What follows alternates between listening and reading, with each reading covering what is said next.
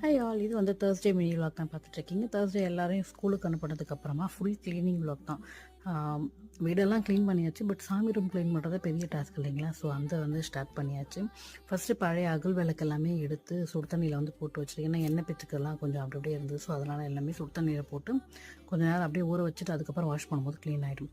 சாமி ஃபோட்டோஸ் எல்லாம் எடுத்துகிட்டு ஃபுல்லாக டைல்ஸு மேலே அங்கெல்லாம் கருப்பு கருவாக படிஞ்சு போயிருந்தது. மந்த்லி ஒன்ஸ் இந்த மாதிரி ஃபுல்லாக டீப் க்ளீன் பண்ணுறது கரெக்ட் பண்ணிவிடுவோம். ஸோ அதனால் அது மாதிரி எல்லாத்தையும் பண்ணிகிட்டு இருந்தேன். சாமி ரூம் க்ளீன் பண்ணியாச்சு. பூஜை பாத்திரம்லாம் எடுத்து வந்து வச்சாச்சு. இந்த ரேக் வந்து வீட்டில் இந்த உடன் பீசஸ் வச்சு நானே அடித்து ரெடி பண்ணி வச்சேன். ஸ்டெப் ரேக் மாதிரி இருந்தால் நல்லாயிருக்கும் அப்படின்னு இருந்தாலும் உடன் பீசஸ்க்கு வந்து சும்மா அப்படியே வச்சா நல்லா இருக்காது இல்லைங்களா? ஸோ அதனால் மணக்கட்டை மாதிரி அடித்து ஒன்று பெயிண்ட் பண்ணி வச்சாச்சு. அண்ட் இது எல்லாமே ரெடி பண்ணுறதுக்குள்ளவே அச்சுவை போய் கூட்டிகிட்டு வந்தாச்சு. பாத்திரமும் எல்லாமே கழுவி வச்சாச்சு. இப்போ வந்து அச்சுவை தூங்க வச்சு நெக்ஸ்ட் வேலையை பார்க்கணும்.